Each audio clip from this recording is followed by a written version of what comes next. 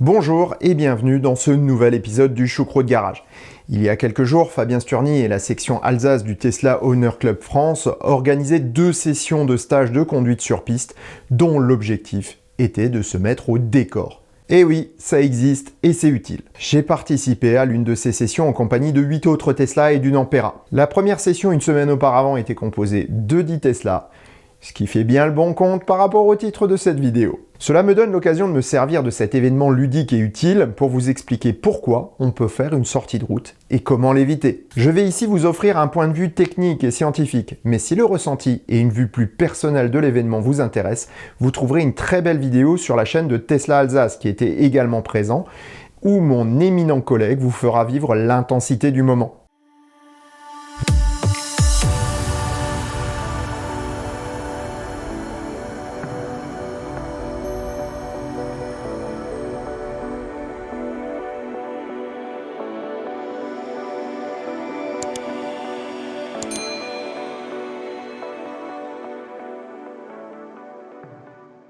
On va tout de suite entrer dans le vif du sujet avec un peu de théorie. Rassurez-vous, il n'y a rien de compliqué. Une voiture, comme tout objet en mouvement, a une masse et une vitesse. Sa masse va présenter une inertie. La puissance, donc l'énergie de la voiture, est transmise au sol par les roues, sur une surface de contact extrêmement faible. Pour que cela soit possible, il faut que le sol et les roues aient une surface de contact qui présente de la friction. Les deux matériaux doivent en quelque sorte adhérer l'un à l'autre. Lorsque le temps est sec, la gomme souple du pneu épouse les aspérités de la route. Plus la surface de contact est grande, plus l'adhérence est bonne et donc plus on passe d'énergie au sol en accélération, en freinage ou en virage, puisque la force centrifuge génère également de l'énergie. Voilà pourquoi les pneus de voitures de piste de compétition sont lisses par temps sec. Lorsque la chaussée devient humide, là ça se corse un peu. Si de l'eau se retrouve piégée entre le pneu et la route, elle empêche alors le pneu d'épouser la forme des aspérités. Même un peu d'eau diminue fortement l'adhérence. Ce sont les sculptures des pneumatiques qui sont chargées d'évacuer cette eau pour garder une adhérence correcte. Pourtant, lorsque la vitesse est excessive ou que l'état des pneumatiques est mauvais, alors toute l'eau n'est plus évacuée. La pellicule d'eau ou film lubrifiant isole le pneu de la route, réduisant l'adhérence drastiquement. C'est ce qu'on appelle l'aquaplanage ou aquaplaning pour ceux qui n'ont pas peur des anglicismes. La voiture devient un peu comme un pallet de air hockey qui glisse sans contrôle jusqu'à rencontrer un obstacle ou une zone plus adhérente. Ces conditions peuvent encore être aggravées par la température, le gel, la neige ou la contamination de la route. Des traces de boue ou d'huile vont amplifier le phénomène et réduire les chances de rattraper la situation en cas de glissade.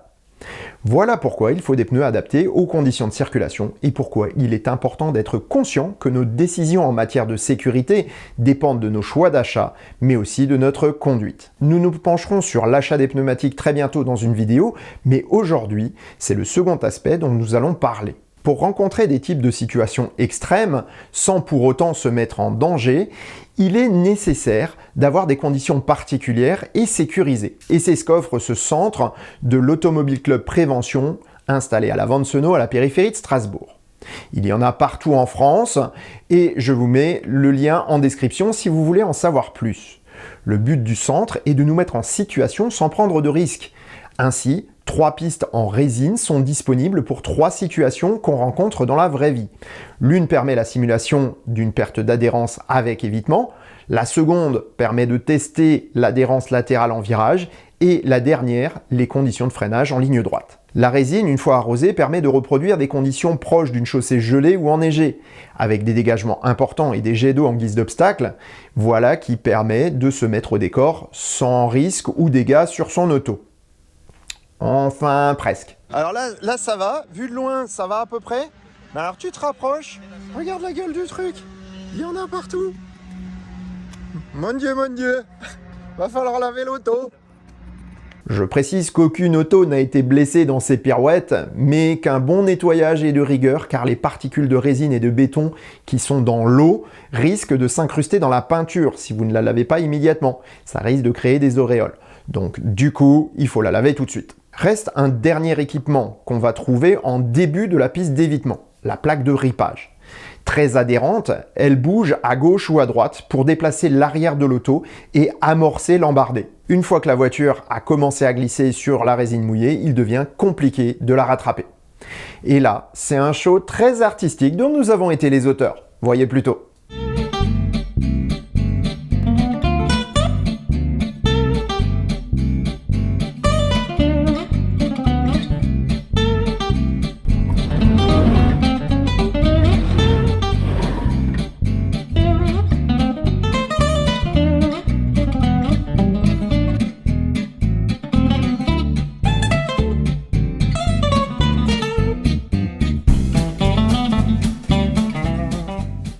Comment t'as trouvé le premier tour?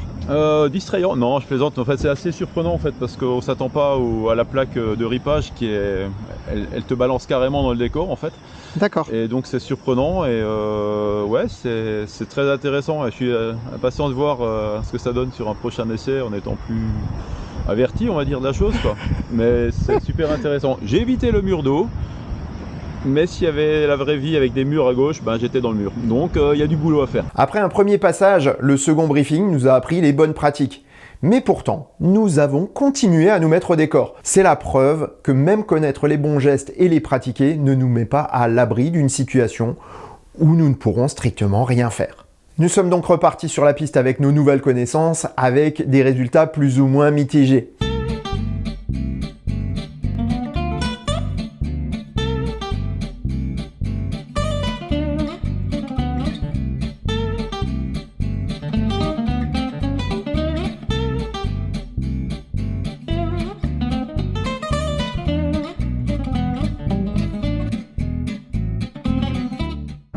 On a échangé de voiture tout à l'heure là pour tester la différence pneu été, pneu hiver. C'est le jour et la nuit. C'est le jour et la nuit. Oui, ben, bon bah voilà. Celle-là je pars presque pas, avec l'autre c'est oui.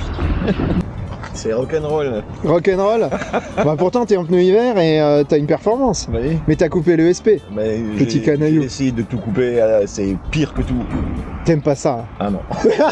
C'est pas amusant. Hein.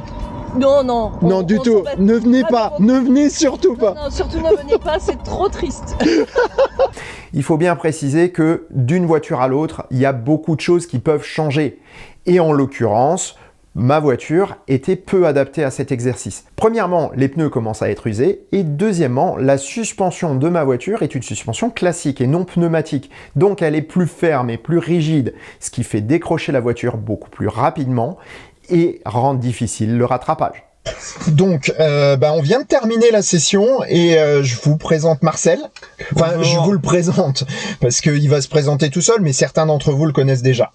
Voilà, j'ai une petite chaîne YouTube amateur qui s'appelle Tesla Alsace. Bonjour à tous et merci Didier de m'accueillir. Qu'est-ce que tu as remarqué comme particularité avec ton modèle Y?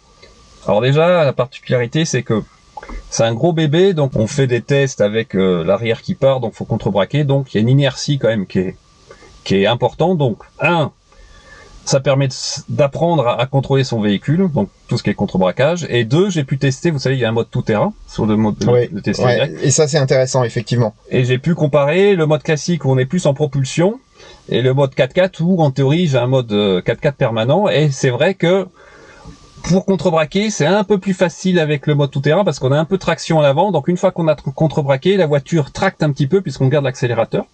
Et c'est un peu plus facile en conditions, on va dire, difficiles à faible vitesse. Évidemment, si on s'est pas fait pour rouler à 90 ou 100. Nous avons terminé la session par des séances de freinage avec évitement ou sans évitement sur sol mouillé et sol sec.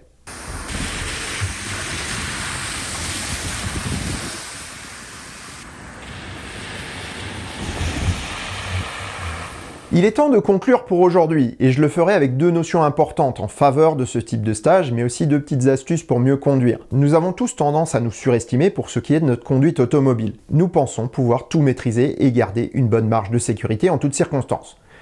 Nous avons vu que c'est pas tout à fait le cas. Pourtant, des situations dangereuses arrivent tout le temps et les accidents sont encore légion, parfois avec des conséquences désastreuses. Les deux facteurs les plus aggravants d'un accident automobile sont la vitesse excessive et le non-respect de la distance de sécurité. La grande majorité des conducteurs pensent être en sécurité, mais on constate qu'ils ne gardent qu'une distance équivalente à 1,5 seconde de temps de réaction avec la voiture qui les précède. Or, le temps de réaction minimum d'un humain normal, action comprise, est de 2 secondes lorsqu'il est attentif. Dommage d'avoir un accident pour une simple demi-seconde. Pensez à étalonner votre perception de la distance de sécurité régulièrement, en prenant un point fixe comme un panneau par exemple. Lorsque la voiture qui vous précède dépasse ce panneau, comptez ainsi 1 seconde, 2 secondes. Si vous avez dépassé le point fixe pendant le comptage, vous êtes trop proche.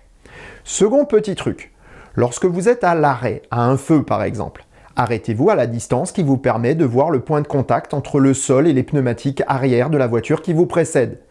En cas d'accident en fin de file, cela évitera une réaction en chaîne qui pourrait faire des victimes. Parlons maintenant de l'intérêt de dépenser de l'argent pour faire cette formation. Celle-ci, au-delà de vous apprendre à gérer une situation d'urgence, vous permet de prendre conscience qu'on ne maîtrise pas toujours tout. Nous sommes bien souvent attentifs à nos soucis, à nos obligations et pas assez aux conditions de circulation ou à l'attitude des autres. Parfois, un seul kilomètre par heure de différence peut influer sur l'issue d'une embardée. Peu importe votre expertise du pilotage. Les lois de la physique sont insensibles à notre fierté. Le savoir et l'avoir expérimenté nous fait anticiper et nous offre une opportunité de changer notre conduite pour ne pas se retrouver dans une telle situation. Savoir réagir à une situation d'urgence est bien, mais savoir l'éviter en amont est bien mieux. Et ça, c'est une leçon qui peut sauver votre vie, celle de vos passagers et celle des gens qui vous entourent. Prochainement, je vous parlerai du choix des pneumatiques pour une auto électrique, dans un épisode en 2 parties. Ne les manquez pas, ce sera vraiment passionnant. Pensez à vous abonner au Choucroute Garage et à activer la notification. Vous serez ainsi informé de la sortie de ces vidéos. Enfin, je tiens à remercier Tesla Alsace de sa participation, ainsi qu'à tous ceux qui ont participé à cette vidéo. Je vous transmets également un petit message de Fabien Sturny pour les semaines à venir, avec 2 événements prévus en Alsace, pour le changement de pneumatique hiver vers été. Le prochain rendez-vous, oui, c'est dans 15 jours, le 26 mars, le swap, donc la fameuse journée swap. C'est une tradition du club, principalement Alsace, hein, c'est-à-dire on vient faire des swaps de roues, donc que ce soit les roues hiver-été, soit permutation avant-arrière, soit on en profite aussi pour changer des pneus, donc on a notre partenaire Power Pneumatique qui sera présent pour nous changer les pneus sur jante. Et le week-end suivant, donc le 2 avril, ce sera cette fois-ci dans le 68, hein, chez Carwap Design, où il y aura aussi une prestation de ce type. Et sur ces bonnes paroles, je vous souhaite bonne route et vous dis à bientôt pour un prochain épisode du Choucroute Garage. Portez-vous bien. Ciao.